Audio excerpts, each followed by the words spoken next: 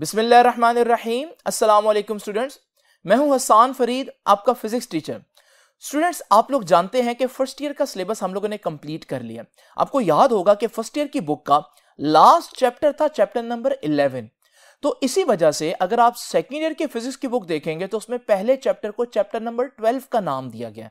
ये chapter number 12 जो है इसको हम इलेक्ट्रोस्टैटिक्स कहते हैं। ये इलेक्ट्रोस्टैटिक्स में हम क्या पढ़ेंगे और इस इलेक्ट्रोस्टैटिक को अंडरस्टैंड करने के लिए कौन सी चीजें इंपॉर्टेंट हैं, ये हम जानेंगे आज के लेक्चर में। तो स्टूडेंट्स, स्टार्ट करते हैं आज का लेक्चर। स्टूडेंट्स, जैसे कि आप लोग जान गए हैं कि हमारे पास जो चैप्टर नंबर 12 है उसका नाम है इलेक्ट्रोस्टैटिक्स। सबसे पहले आज हम यही जानेंगे कि इलेक्ट्रोस्टैटिक्स जो है वो कैसी ब्रांच है फिजिक्स की, इसमें क्या स्टडी करेंगे। मजे की बात यह है कि इलेक्ट्रोस्टैटिक के नाम में ही उसका सारा काम छुपा है।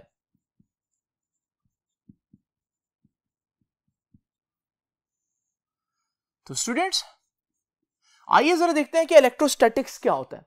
देखिए, इलेक्ट्रोस्टैटिक्स का जो वर्ड है इसमें अगर आप गौर करें तो आपको ये इलेक्ट्रो का एक वर्ड नजर आ रहा है। इलेक्ट्रो का मतलब होता है चार्ज। जिस तरह एक न्यूट्रल बॉडी होती है, इसी तरह चार्ज्ड बॉडीज भी होती हैं, जिनको भी हमने डिटेल में डिस्कस करना है। और याद रखिएगा, जब हम बात करते हैं स्टैटिक्स की तो स्टैटिक का मतलब होता है स्टेशनरी। जब कोई चीज रुकी हो, एट रेस्ट,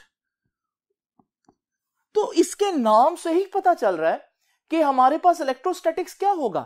ये फिजिक्स की वो ब्रांच होगी जिसमें आप चार्जेस को स्टडी करेंगे, इलेक्ट्रो को यानी कि चार्जेस को स्टडी करेंगे। लेकिन एक शर्त है, कैसे चार्जेस को स्टडी करेंगे? वो चार्जेस जो स्टैटिक हो, रेस्ट पर हो, स्टेशनरी हो। तो यहीं से हम इसकी डेफिनेशन बना लेते हैं that what is electrostatics.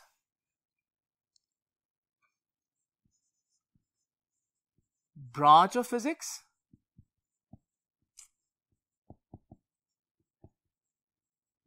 that deals with the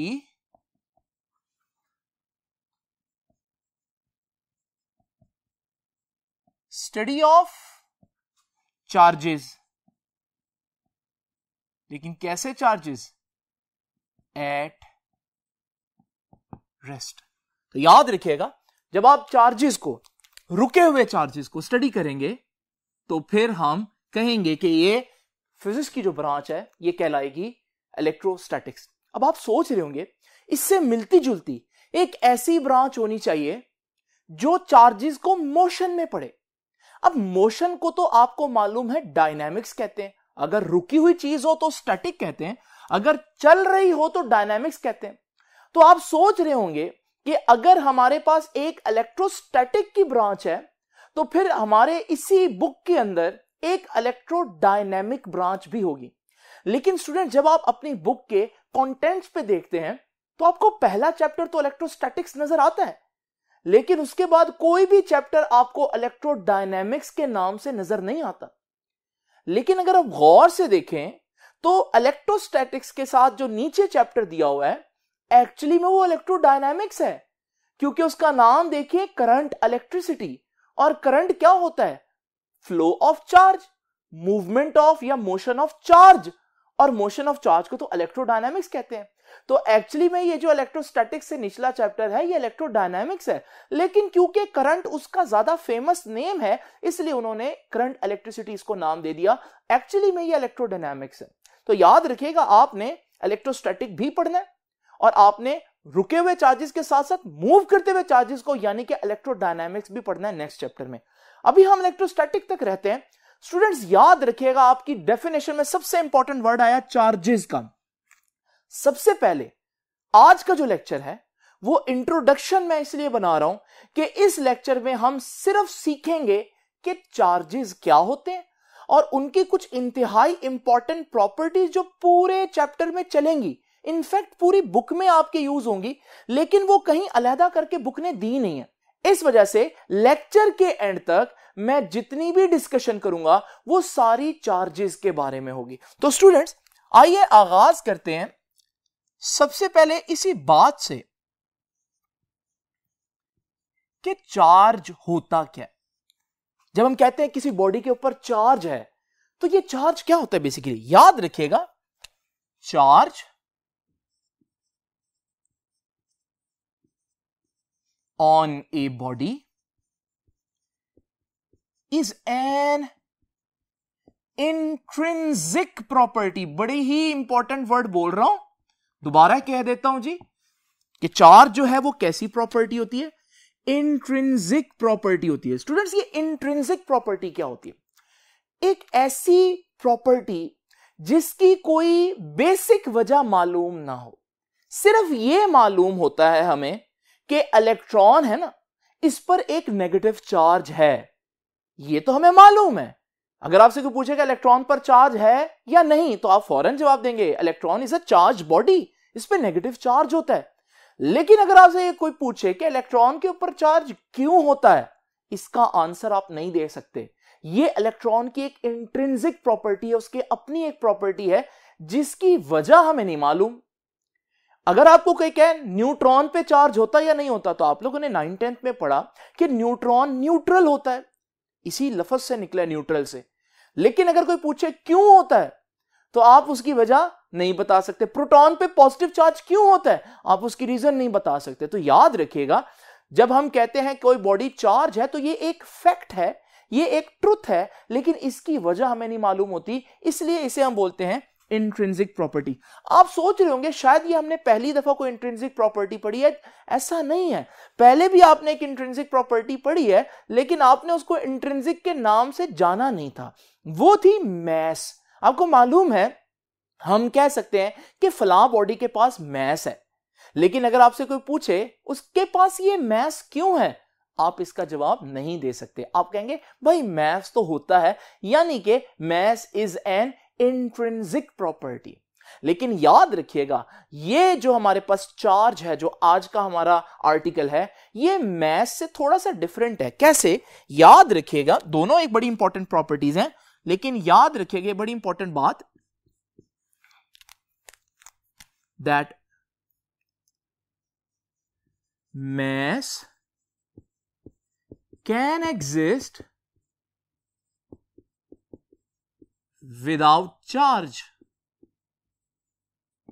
but charge cannot exist without mass. Charge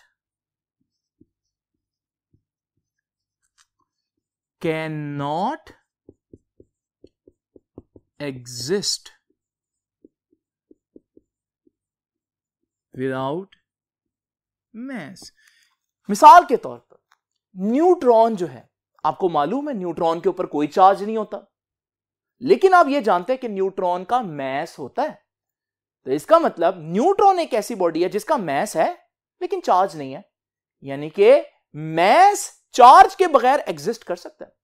लेकिन इलेक्ट्रॉन की बात करते हैं, आपको मालूम है इलेक्ट्रॉन का मैस भी होता है और इलेक्ट्रॉन पर चार्ज भी होता है।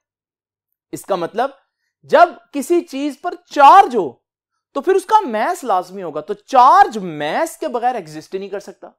तो यह बड़ी इंपॉर्टेंट बात है, चार्ज के बारे में याद रखिएगा। अब यह तो हो गया, हमने देखा कि चार्ज एक इंट्रिंसिक प्रॉपर्टी है।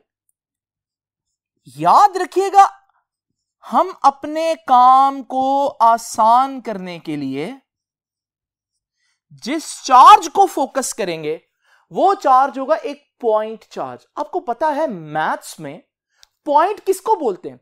एक चीज इतनी छोटी हो कि ना उसकी विड्थ हो, ना उसकी हाइट हो, ना उसकी लेंथ हो, यानी वो डायमेंशन लेस हो, उसे हम कह देते हैं ये तो एक पॉइंट है।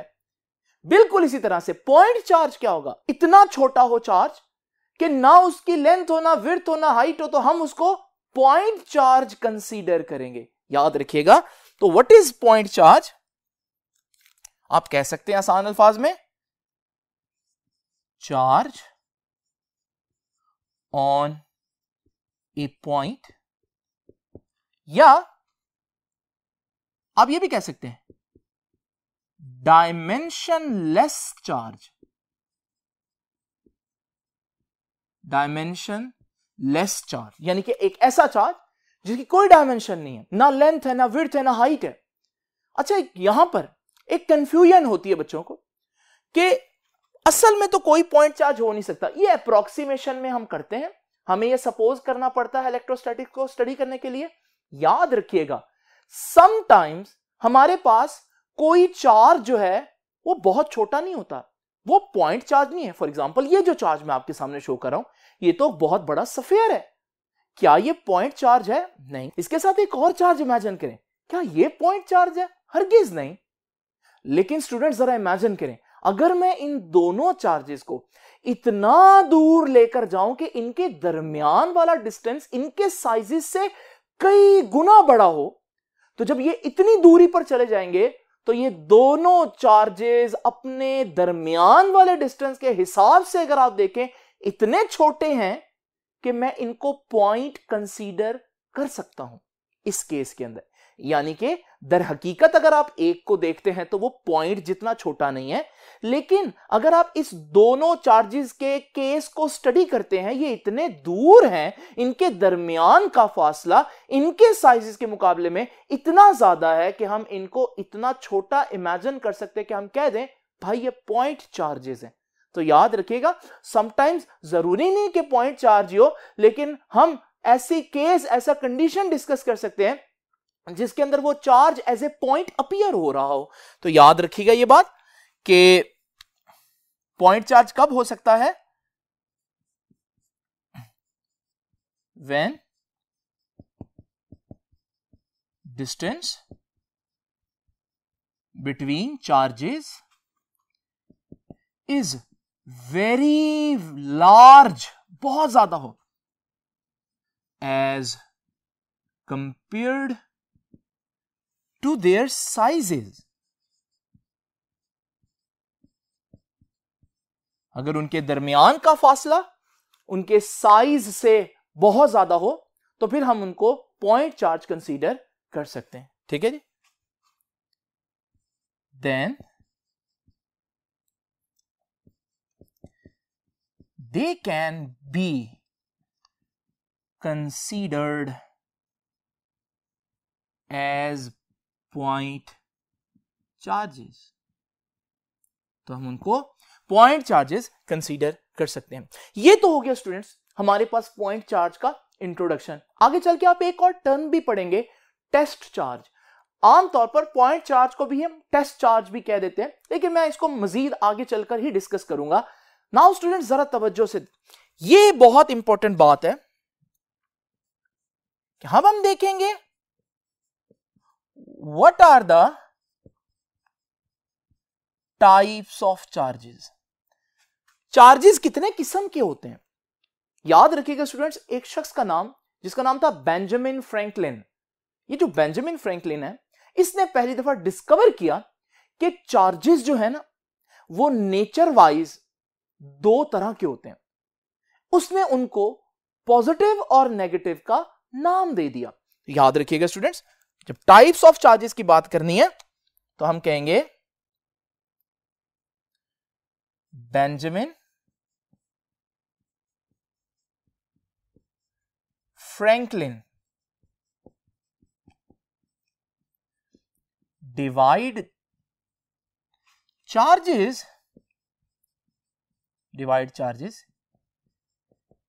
into two categories। इसने दो कैटेगरीज बना दी चार्जेस की। नंबर वन, इसने एक चार्ज को बोला कि चार्जेस की एक फैमिली ऐसी है जिसपे हम कहेंगे पॉजिटिव चार्ज होता है। और याद रखिएगा इसने कहा कि दूसरी फैमिली चार्जेस की ऐसी है जिन पे नेगेटिव चार्ज होता है। याद रखिएगा जब हम पॉजिटिव चार्ज की एग्जांपल आपको देंगे तो उसमें फेमस एग्जांपल है प्रोटॉन, और नेगेटिव चार्ज की जो एग्जांपल है वो है इलेक्ट्रॉन। तो इलेक्ट्रॉन पे नेगेटिव चार्ज होता है और प्रोटॉन पे पॉजिटिव चार्ज होता है। ये फंडामेंटल पार्टिकल्स हैं स्टूडेंट, जरा तवज्जो कीजिएगा। मेरे पास इमेजिन करें एक न्यूट्रल बॉडी है, मैं चाहता हूं कि ये नेगेटिव हो जाए, मैं क्या करूं? मुझे मालूम है इलेक्ट्रॉन पर नेगेटिव चार्ज होता है, मैं इस बॉडी में इलेक्ट्रॉन को एंटर कर दूंगा, यानी ये जब ये बॉडी इलेक्ट्रॉन गेन करेगी अब इसके पास नेगेटिव चार्जेस बढ़ जाएंगे, तो हम कहेंगे this body is now a negatively charge body. तो इसका मतलब how you can produce a negative charge, by adding an electron into that body. जब आप किसी बॉडी में इलेक्ट्रॉन्स की तादाद बढ़ा देते हैं तो आप उस बॉडी को नेगेटिवली चार्ज कर देते हैं। तो याद रखिएगा, how negative charge is produced, it is produced by gain of electron। अगर हम किसी बॉडी में इलेक्ट्रॉन एंटर करें, वो बॉडी गेन करे इलेक्ट्रॉन को, तो हम कहते हैं कि वो नेगेटिव बन गए। केमिस्ट्री में आप वर्ड पढ़ेंगे, वो नेगेटिव आयन बन गया।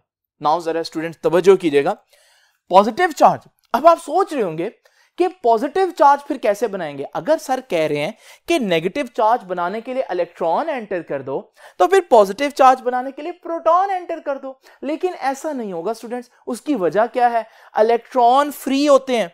किसी भी एटम में इलेक्ट्रॉन जो है वो आउटर बाउंड्री पर होते हैं, बाहर वाली साइड पर होते हैं, तो ये इलेक्ट्रॉन आ सकते हैं, जा सकते हैं। लेकिन आपको मालूम है प्रोटॉन कहां होता है, प्रोटॉन तो न्यूक्लियस के अंदर बंद होता है। इसका मतलब प्रोटॉन का निकलना या प्रोटॉन का ऐड करना इतना आसान नहीं है। तो आम कंडीशन में प्रोटॉन इन्वॉल्व नहीं होता। इस वजह से अगर आपने किसी बॉडी पर पॉजिटिव चार्ज लाना है तो प्रोटॉन नहीं एंटर कर सकते, क्योंकि प्रोटॉन को आप नहीं छेड़ेंगे। तो फिर आप क्या करेंगे, आप उस काम का ऑपोजिट करेंगे, वो प्रोसेस रिवर्स कर दें। एक न्यूट्रल बॉडी से आप एक इलेक्ट्रॉन निकाल लें, तो जब आप एक इलेक्ट्रॉन निकाल लेंगे तो वहां इलेक्ट्रॉन की शॉर्टेज हो जाएगी। इसी को हम कहेंगे ये पॉजिटिव चार्ज आ गया। तो याद रखिएगा, पॉजिटिव चार्ज कैसे प्रोड्यूस किया जाता है, produced by loss of electron. यानी कि स्टूडेंट्स हमने क्या सीखा कि हमारे पास नेगेटिव चार्ज हो या पॉजिटिव चार्ज हो, दोनों के बनने की वजह इलेक्ट्रॉन ही होता है। प्रोटॉन क्योंकि न्यूक्लियस के अंदर बंद होते हैं तो वो इन रिएक्शंस में जनरली टेक पार्ट नहीं करते। हां, अगर न्यूक्लियर रिएक्शन हो, जो कि हम चैप्टर नंबर 21 में पढ़ेंगे, वहां ऐसा होता है, लेकिन वो तो खैर बहुत बात की बात है। अभी आप लोग याद रखिएगा कि बॉडीज जो हैं उनमें दो तरह के चार्जेस होते हैं, पॉजिटिव चार्ज होता है, नेगेटिव चार्ज होता है। अगर किसी बॉडी में इलेक्ट्रॉन एंटर करे वो नेगेटिवली चार्ज हो जाती है। अगर किसी बॉडी में आप इलेक्ट्रॉन जो है ना रिमूव कर दें तो फिर आप देखेंगे उस पर पॉजिटिव चार्ज हो जाएगा। आइए जरा स्टूडेंट्स अब इस लेक्चर को मजीद आगे लेकर चलते हैं और चार्जेस की कुछ और बहुत अहम प्रॉपर्टीज डिस्कस करते हैं। तो स्टूडेंट्स अब जरा देखते हैं कुछ मजीद बहुत इंपॉर्टेंट प्रॉपर्टीज। देखिए, इस बात को बड़े ही ध्यान से अपने दिमाग में बिठा लीजिए जो अब मैं बताने लगा हूं।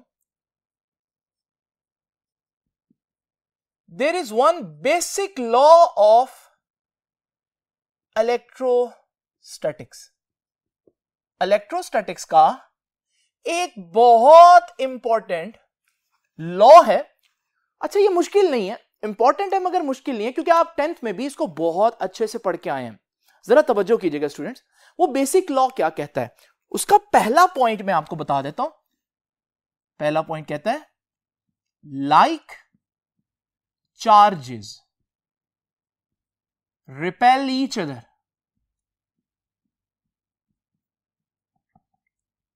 ये पहला लॉ है। लाइक चार्जेस हमेशा एक दूसरे को रिपेल करते हैं। फॉर एग्जाम्पल, अगर हम देखिए एक पॉजिटिव चार्ज है और दूसरा पॉजिटिव चार्ज है, तो आप देखेंगे ये पॉजिटिव चार्ज एक दूसरे पर कुछ इस तरह से फोर्स लगाएंगे कि ये एक दूसरे से दूर जाने की कोशिश करेंगे। इसे हम कहते हैं रिपल्शन। और अगर एक नेगेटिव चार्ज हो और दूसरा नेगेटिव चार्ज हो तो आप देखेंगे वो भी एक दूसरे से दूर जाने की कोशिश करेंगे। इसे हम कहते हैं रिपल्शन। तो याद रखिएगा, जो लाइक चार्जेस है, लाइक का मतलब क्या है, जो सेम चार्जेस हैं वो हमेशा एक दूसरे को रिपेल करते हैं। या बहुत सी जगहों पर देखेंगे, आगे मैं एग्जांपल्स में लेकर भी आऊंगा। अभी तक के लिए बस इतना ही कि अगर हमारे पास दो पॉजिटिव चार्जेस हो और वो करीब करीब पड़े हो, तो क्योंकि वो दोनों पॉजिटिव हैं, वो लाइक चार्जेस हैं, वो एक दूसरे को रिपेल करेंगे। और अगर हमारे पास एक नेगेटिव और दूसरा नेगेटिव हो, तो फिर आप देखेंगे वो एक दूसरे से दूर जाने की कोशिश करेंगे, रिपेल करेंगे। नाउ स्टूडेंट्स, दूसरा इंपॉर्टेंट पॉइंट क्या कहता है? दूसरा पॉइंट कहता है कि unlike charges attract each other.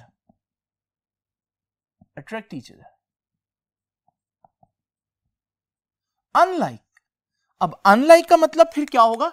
जैसे कि आप लोगों ने देखा, लाइक का मतलब था सेम, अनलाइक का मतलब क्या होगा? ऑपोजिट। यानी अगर मेरे पास एक पॉजिटिव चार्ज है और दूसरा नेगेटिव चार्ज है, फिर आप क्या ऑब्जर्व करेंगे? फिर आप देखेंगे कि ये दोनों अगर इनको अलाउ किया जाए तो एक दूसरे की तरफ आने की कोशिश करेंगे। दूसरे अल्फाज में, जो ऑपोजिट चार्जेस हैं उनमें हमारे पास अट्रैक्शन होती है। तो याद रखिएगा, अगर मेरे पास एक पॉजिटिव चार्ज है और दूसरा नेगेटिव है और मैं इनको छोड़ूं, तो आप देखेंगे कि वो एक दूसरे की तरफ भागेंगे, यानी कि अट्रैक्ट करेंगे। यहां आपने एक बात नोट की, चार्जेस मैसेज से डिफरेंट क्यों होते हैं? लॉ ऑफ ग्रेविटेशन में हम लोगों ने डिस्कस किया था कि मैसेज हमेशा एक दूसरे को अट्रैक्ट करते हैं।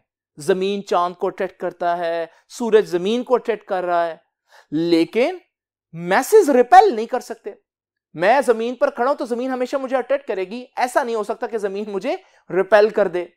लेकिन चार्जेस में एक बड़ी ही नई किस्म की चीज हम लोगों ने देखी, और वो ये है कि वो अट्रैक्ट करने के साथ साथ रिपेल भी कर सकते हैं। इसलिए बेंजामिन फ्रैंकलिन ने चार्जेस को दो कैटेगरीज में डिवाइड किया, पॉजिटिव और negative.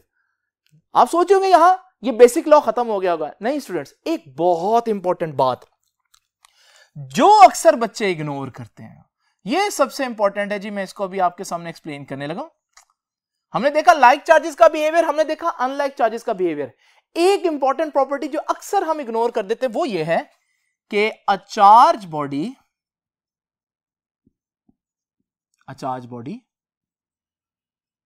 always attracts a neutral body।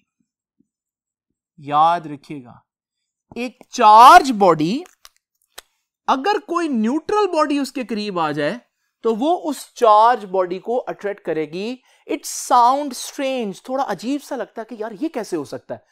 तो मैं आपको बताता हूं ये कैसे हो सकता है। जरा इमेजिन करें स्टूडेंट्स, ये मेरे पास एक न्यूट्रल बॉडी है। आप समझते हैं क्या न्यूट्रल बॉडी पर चार्ज नहीं होता? नहीं स्टूडेंट्स, ऐसा नहीं होता। न्यूट्रल बॉडी के अंदर अगर आप देखेंगे तो जितने पॉजिटिव चार्जेस होंगे उतने नेगेटिव चार्जेस होंगे। इसकी वजह से नेट चार्ज नहीं आता। लेकिन क्या वो बॉडी के अंदर चार्ज ही नहीं है? ऐसा नहीं है, उसके अंदर चार्ज है। अब ये है न्यूट्रल बॉडी, लेकिन इसके अंदर चार्जेस हैं। जरा इमेजिन करें, अगर मैं एक चार्ज बॉडी इसके पास लेकर आऊं जो ऑलरेडी पॉजिटिव चार्ज है, अब ये चार्ज बॉडी क्या करेगी? उस बॉडी के अंदर मौजूद नेगेटिव चार्जेस को अट्रैक्ट करेगी और उस बॉडी में मौजूद पॉजिटिव चार्जेस को रिपेल करेगी, जिसकी वजह से इस बॉडी के ये वाली जो जगह है यहां पर नेगेटिव चार्ज अपीयर हो जाएगा। ये जो चार्ज इंड्यूस हो गया ना, अब आप देख रहे हैं कि ये इंड्यूस चार्ज जो है ये हमारी चार्ज बॉडी को अट्रैक्ट कर सकता है और ये अब करीब आना शुरू हो जाएंगे। हालांकि वो बॉडी न्यूट्रल थी, लेकिन अगर आप चार्ज बॉडी न्यूट्रल के पास लेकर जाएं तो वो भी न्यूट्रल को अट्रैक्ट कर सकती है, लेकिन न्यूट्रल को अट्रैक्ट करने से पहले वह उसके अंदर मौजूद चार्जेस को सेपरेट करेगी, उसको एक डायपोल बनाएगी। याद रखिएगा, जब एक बॉडी के एक तरफ पॉजिटिव और एक तरफ नेगेटिव चार्ज हो, इसे हम बोलते हैं ये डायपोल है। खैर, इसको हम डिटेल में डिस्कस करेंगे। यहां इंपॉर्टेंट बात जो नोट करने वाली है वो ये है कि जो तीसरा लॉ है जिसको अक्सर हम इग्नोर कर देते हैं वो ये है कि अगर एक चार्ज बॉडी न्यूट्रल बॉडी के करीब लाया जाए तो हमेशा अट्रैक्शन होगी। आप सोच रहे होंगे यहां तो पॉजिटिव चार्ज था ना, अगर यहां नेगेटिव चार्ज बॉडी लेकर आऊं न्यूट्रल के पास तो फिर क्या होगा? जब आप एक नेगेटिव बॉडी लेकर आएंगे वो भी उसको डायपोल बनाएगी, लेकिन अब क्योंकि ये नेगेटिव है तो वो उसके पॉजिटिव अपनी तरफ अट्रैक्ट करेगी और नेगेटिव को दूसरी साइड पर रिपेल कर देगी, और फिर आप देख रहे हैं ये ऑपोजिट चार्जेस एक दूसरे को अट्रैक्ट करना शुरू हो जाएंगे। इसका मतलब न्यूट्रल बॉडी के पास चार्ज बॉडी पॉजिटिव हो या नेगेटिव हो, लेकर आएंगे तो वो उसको अट्रैक्ट करेगी। ये है तीसरा बहुत इंपॉर्टेंट पॉइंट। नाउ स्टूडेंट्स, इनसे रिलेटेड दो एमसीक्यू मैं आपको समझाने लगा हूं, जरा तवज्जो से देखना है और आपने इसको नोट भी कर लेना है। आइए जरा देखते हैं वो एमसीक्यू क्या है। नाउ स्टूडेंट्स, ये दो एमसीक्यू मैंने आज स्टेटमेंट आप लोगों के सामने लिखी है, जरा देखिए। कहते हैं कि a body A attracts an another body B which is positively charged. एक बॉडी ए है, मुझे नहीं पता ए पर क्या चार्ज है, मुझे नहीं पता इस बॉडी पर क्या चार्ज है, लेकिन जो बी है उस पर पॉजिटिव चार्ज है। अब वो कहता है ये बॉडी इसकी तरफ अट्रैक्ट हो जाती है, तो बताओ ए पर क्या चार्ज होगा। अब अगर आप 9th के पैटर्न पर पढ़ रहे हो तो आप फौरन ही सोचेंगे 9th में हम लोगों ने ये पढ़ा है कि पॉजिटिव को कौन अट्रैक्ट करता है, नेगेटिव, तो आप फौरन कहेंगे नेगेटिव और आप इस ऑप्शन ए पर जो है वो टिक लगा देंगे। लेकिन जरा तवज्जो कीजिए, मैंने अभी आपको तीसरा रूल भी बताया, वो ये कि अगर हमारे पास एक न्यूट्रल बॉडी हो वो भी चार्ज बॉडी को अट्रैक्ट करती है, यानी कि अगर ये न्यूट्रल हो तो भी ये इसको अट्रैक्ट करेगी। इसका मतलब अगर ये बॉडी इसकी तरफ अट्रैक्ट हो रही है तो हो सकता है ये नेगेटिव हो, लेकिन ये भी हो सकता है कि ये न्यूट्रल हो, क्योंकि उस सूरत में भी वो उसको अट्रैक्ट करेगी। तो नेगेटिव भी हो सकती है, न्यूट्रल भी हो सकती है। तो फिर मैं एक और वर्ड भी लिख सकता हूं कि नॉट पॉजिटिव। जब आप कहते हैं ना नॉट पॉजिटिव, एक चीज पॉजिटिव नहीं है, तो या तो वो न्यूट्रल होगी, उस पर चार्ज 0 होगा, और अगर वो पॉजिटिव नहीं है तो हो सकता है वो नेगेटिव हो। ये दो बातें हो सकती है ना, तो ये दोनों बातें तो ऑप्शन ए और ऑप्शन बी बन रही हैं। इसका मतलब यहां ये तीनों ही बातें करेक्ट हैं। तो ये एमसीक्यू आप जरा ध्यान से देख लीजिए कि अट्रैक्शन के केस में ये चीज थोड़ी सी कंफ्यूज कर सकती है कि अगर ये अट्रैक्ट कर रही है पॉजिटिव बॉडी इसको, तो क्या ये सिर्फ नेगेटिव हो सकती है? नहीं, नेगेटिव तो हो सकती है, लेकिन ये न्यूट्रल भी हो सकती है, क्योंकि न्यूट्रल भी चार्ज बॉडीज की तरफ अट्रैक्ट होते हैं। नाउ स्टूडेंट्स जरा तवज्जो कीजिएगा सेकंड एमसीक्यू की तरफ। Sure test for a charge body, ये एमसीक्यू क्यों दिया है? ये देखिए, ये एक नेगेटिव बॉडी और मैं देखना चाहता हूं ये बॉडी ए पर क्या चार्ज है। मैं जब बॉडी ए को इसके पास लेकर आया, इसने इसको अट्रैक्ट कर लिया। जैसे ही इसने इसको अट्रैक्ट किया, बताएं ए पर क्या चार्ज होगा। अब आप सोचेंगे यार उसने अट्रैक्ट किया है, हो सकता है ए पॉजिटिव हो, क्योंकि पॉजिटिव नेगेटिव को अट्रैक्ट करता है, लेकिन हो सकता है ए न्यूट्रल हो, क्योंकि न्यूट्रल भी नेगेटिव चार्ज की तरफ अट्रैक्ट होता है। तो क्या आपको पता चला ए पर क्या चार्ज है? नहीं पता चला। इसका मतलब अट्रैक्शन से आप अंदाजा नहीं लगा सकते कि इस बॉडी पर चार्ज क्या होगा। लेकिन जरा इमेजिन करें, अगर ये नेगेटिव चार्ज हो और ये बॉडी ए इसको रिपेल कर देती है, अपने से दूर भेज देती है। अब आपको मालूम है नेगेटिव इस बॉडी को रिपेल कर रही है, तो फिर एक ही ऑप्शन बचता है, और वो क्या कि इस बॉडी पर लाजमी तौर पर नेगेटिव चार्ज होगा, क्योंकि पहला रूल कहता है कि नेगेटिव नेगेटिव को ही रिपेल कर सकता है। इसका मतलब अगर दो बॉडीज एक दूसरे को रिपेल करें, फिर आप कंफर्म बता सकते हो दूसरी बॉडी पर क्या चार्ज है। लेकिन अगर दो बॉडीज अट्रैक्ट करें, फिर आप कंफर्म नहीं बता सकते कि बॉडी ए पर क्या चार्ज होगा। हो सकता है वो यहां पर इस केस में पॉजिटिव हो, लेकिन हो सकता है वो न्यूट्रल भी हो। तो what is the sure test? याद रखिएगा, repulsion is the sure test या कंफर्म टेस्ट। नाउ स्टूडेंट्स, ये तो होगी वो दो एमसीक्यू। अब जरा चलते हैं मजीद, देखते हैं कि चार्ज की कौन सी प्रॉपर्टीज जानना जरूरी है। तो स्टूडेंट्स, हम लोग डिस्कस कर रहे थे बेसिक लॉ ऑफ इलेक्ट्रोस्टैटिक्स। आइए अब मजीद देखते हैं कुछ बहुत इंपॉर्टेंट बातें। सबसे पहले याद रखिएगा, अगर आपसे कोई पूछे चार्ज कैसी क्वांटिटी है, आपको याद है हम लोगों ने पढ़ा था चीजें दो किस्म की हो सकती हैं, स्केलर या वेक्टर। यहां पर चार्ज कौन सी क्वांटिटी है? स्केलर क्वांटिटी है, तो इसको बिल्कुल स्केलर की तरह ट्रीट करना है। इसकी कोई डायरेक्शन नहीं होती चार्ज की, बिल्कुल वैसे जैसे मास की कोई डायरेक्शन नहीं होती। अगर मेरा मास 1000 kg है तो बस वो 1000 kg है, उसकी कोई डायरेक्शन नहीं है कि ऊपर को है नीचे को है, वेट की होती है। खैर वो एक अलग डिस्कशन है जो हमने फर्स्ट टाइम में डिस्कस की थी। नाउ स्टूडेंट्स, ये तो हो गया क्वांटिटी। अब चार्ज मेजर करते हैं, आपको मालूम है, और जब भी कोई चीज मेजर करते हैं तो उसका कोई ना कोई यूनिट तो होगा, तभी मेजर करेंगे। लेंथ का मीटर होता है यूनिट। इसी तरह से आप लोगों ने और भी बहुत से यूनिट्स पढ़े, टाइम का सेकंड होता है, करंट का एम्पियर होता है। चार्ज का कौन सा यूनिट है? याद रखिएगा चार्ज के कई यूनिट होते हैं, लेकिन मैं यहां सिर्फ एसआई यूनिट की बात करूंगा और वो है कूलम्ब। ये एसआई यूनिट है, इसको सी से लिखते हैं। तो याद रखिएगा ये कूलम जो है वो एसआई यूनिट है। जरा तवज्जो कीजिएगा नेक्स्ट चीज, सबसे छोटा चार्ज कितना होता है दुनिया के अंदर? सबसे छोटा चार्ज कितना एग्जिस्ट कर सकता है? याद रखिएगा चार्ज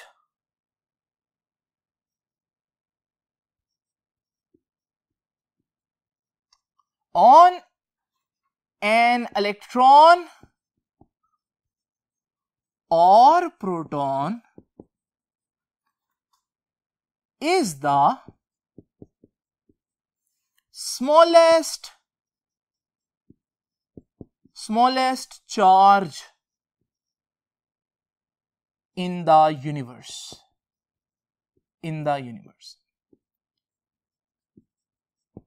अब आप सोच रहे होंगे इलेक्ट्रॉन और प्रोटॉन पर चार्ज होता कितना है? याद रखिएगा स्टूडेंट्स, इलेक्ट्रॉन पर चार्ज होता है 1.6 इंटू 10 रेज्ड पर -19 कूलम। कूलम वही यूनिट जो है इसका, लेकिन इलेक्ट्रॉन पर नेगेटिव चार्ज होता है, इसलिए यूजुअली हम इसके साथ नेगेटिव का साइन डालते हैं। और अब आप सोच रहे होंगे प्रोटॉन पर कितना चार्ज होता है? तो याद रखिएगा प्रोटॉन पर 1.6 इंटू 10 रेज्ड पर -19 कूलम ही होता है, लेकिन पॉजिटिव में होता है। तो मैग्नीट्यूड देखें तो दोनों का सेम है। स्टूडेंट्स याद रखिएगा ये जो वैल्यू है ना 1.6 इंटू 10 रेज्ड पर -19, क्योंकि ये कोई आम चार्ज नहीं है, ये कायनात में पाया जाने वाला सबसे छोटा चार्ज है, इसलिए इसको हम देंगे सिंबल ई का। ई का मतलब क्या होगा? 1.6 इंटू 10 रेज्ड पर -19 कूलम। तो फिर प्रोटॉन पर कितना चार्ज हुआ? उस पर भी प्लस ई हुआ, और ई का मतलब क्या है? 1.6 इंटू 10 रेज्ड पर -19 कूलम। यानी अगर आपसे कोई पूछे दुनिया में कायनात में सबसे छोटा चार्ज कितना हो सकता है, आप कह सकते हैं ई हो सकता है, यानी कि 1.6 इंटू 10 रेज्ड पर -19। इससे कम चार्ज एग्जिस्ट ही नहीं कर सकता। यानी कि अगर आपसे कोई कहे E/2 हो सकता है, तो नहीं हो सकता। E/4 हो सकता है, नहीं हो सकता। E/3 हो सकता है, नहीं हो सकता। कम से कम चार्ज E हो सकता है, इससे कम चार्ज नहीं हो सकता।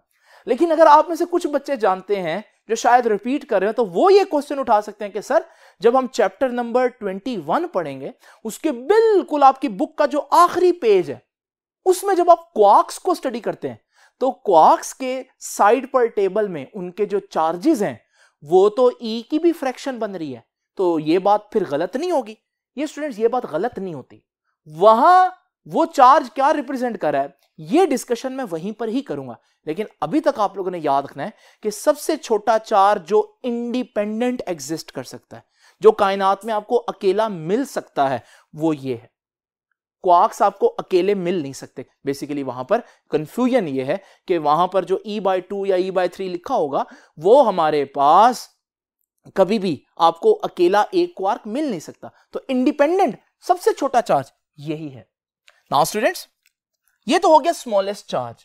ये E बहुत इंपॉर्टेंट है फिजिक्स में, अक्सर मैं यूज करूंगा, बजाय ये पूरा लिखने के मैं इसकी जगह E लिख दूंगा। और E से बच्चे समझते हैं इलेक्ट्रॉन है, नहीं, किसी भी चीज पर ये चार्ज जब होगा तो मैं उसको E बोल दूंगा, जिस मर्जी चीज पर हो, इलेक्ट्रॉन हो या प्रोटॉन हो या कोई और चीज हो। नेक्स्ट चीज जो है स्टूडेंट्स हमारे पास वो है चार्जेस की एक बहुत इंपॉर्टेंट प्रॉपर्टी, और वो है क्वांटाइजेशन ऑफ चार्ज। ये क्या बात हुई? ये क्या कहता है जी क्वांटाइजेशन ऑफ चार्ज? ये कहता है कि a body can only have charge multiple of E।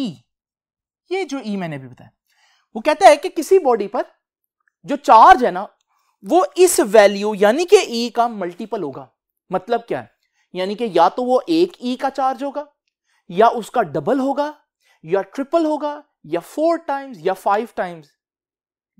2.5 नहीं हो सकता। उसकी वजह क्या है? उसकी वजह क्या है, ये देखिए, ये मेरे पास एक न्यूट्रल बॉडी है। अगर मैं एक इलेक्ट्रॉन ऐड करता हूं, याद है इलेक्ट्रॉन पर कितना चार्ज होता था? ई। तो माइनस ई इस केस में हम देखते हैं क्योंकि इलेक्ट्रॉन पर नेगेटिव चार्ज है। जब ये ऐड होगा तो आपको पता है बॉडी के ऊपर माइनस ई चार्ज हो जाएगा। अगर 2 इलेक्ट्रॉन ऐड करूं तो -2e, अगर 3 इलेक्ट्रॉन ऐड करूं तो -3e, 10 इलेक्ट्रॉन ऐड करूं तो -10e, और n इलेक्ट्रॉन्स ऐड करूं तो ne। यानी कि अगर मैं बॉडी पर 2.5e चार्ज लाना चाहता हूं, इसके लिए मुझे क्या करना पड़ेगा? एक इलेक्ट्रॉन ऐड किया, ये हमारे पास -1e आ गया, एक और इलेक्ट्रॉन ऐड किया, -2e आ गया। अब मैं क्या आधा इलेक्ट्रॉन ऐड करूं, फिर ही -2.5e आएगा ना। लेकिन क्या आधा इलेक्ट्रॉन एग्जिस्ट करता है? नहीं। तो आप या तो एक पूरा इलेक्ट्रॉन ऐड कर सकते हैं या एक पूरा इलेक्ट्रॉन रिमूव कर सकते हैं। आधा या पौना इसका कोई सिस्टम नहीं होता फिजिक्स में। तो याद रखिएगा, फिर आपके पास जो बॉडी पर चार्ज आएगा वो मल्टीपल ऑफ ई होगा, यानी कि वो 2e हो सकता है, वो 3e हो सकता है, वो 4e हो सकता है, वो 2.5 2.7e नहीं हो सकता। उसके बाद क्वांटाइजेशन ऑफ चार्जेस के बाद याद रखिएगा कंजर्वेशन ऑफ चार्ज। जैसे आप लोगों को याद है कंजर्वेशन ऑफ मैस पढ़ा था कि मैस कंजर्व रहता है, टोटल मैस चेंज नहीं होता। इसी तरह किसी भी बॉडी में आइसोलेटेड सिस्टम में टोटल चार्ज चेंज नहीं होता। In an isolated system total charge remains constant. Total charge हमेशा कांस्टेंट रहता है बशर्ते कि सिस्टम आइसोलेटेड हो। अब एग्जांपल देता हूं इसकी। आपको मालूम है कि अगर एक न्यूट्रॉन हमारे पास हो तो न्यूट्रॉन पर आपको मालूम है 0 चार्ज होता है। अगर एक न्यूट्रॉन टूटे तो इसमें से एक प्रोटॉन और एक इलेक्ट्रॉन बनता है। अब आप सोच रहे होंगे यार शुरू में तो चार्ज 0 है, लेकिन इस 0 चार्ज से आपके पास ये तो नए चार्जेस बन गए, ये क्या बात हुई? अगर आप गौर से देखें, एक प्रोटॉन बना है, प्रोटॉन पर +1 चार्ज होता है, और एक इलेक्ट्रॉन बना है, इलेक्ट्रॉन पर -1। अब बोले टोटल कितना हुआ? +1 और -1 ऐड करो, 0 ही ना हुआ। इसका मतलब अभी भी आपका जो टोटल चार्ज है वो 0 है, टोटल चार्ज चेंज नहीं हुआ। इसका मतलब हमारे पास जो चार्ज है उसको हम ना डिस्ट्रॉय कर सकते हैं, ना हम चार्ज को क्रिएट कर सकते हैं। टोटल चार्ज जो है वो हमेशा कांस्टेंट रहता है, जैसे कि इस एग्जांपल में आप लोगों ने देखा। स्टूडेंट्स, अब हम जानेंगे कि एक बॉडी पर चार्ज किस तरह से लाया जा सकता है, how to charge a body. For that purpose we have 3 processes. हमारे पास 3 किस्म के प्रोसेस हैं जो मैं भी आप लोगों के साथ डिस्कस करूंगा। आइए जरा देखते हैं वो कौन से प्रोसेस हैं। स्टूडेंट्स, ये वो 3 प्रोसेस है जिनसे बॉडीज को चार्ज किया जाता है। पहला प्रोसेस देखिए, बाय रबिंग और बाय फ्रिक्शन। इसमें होता क्या है, आप एक न्यूट्रल बॉडी लेंगे, इस न्यूट्रल बॉडी के ऊपर एक और न्यूट्रल बॉडी रब करेंगे।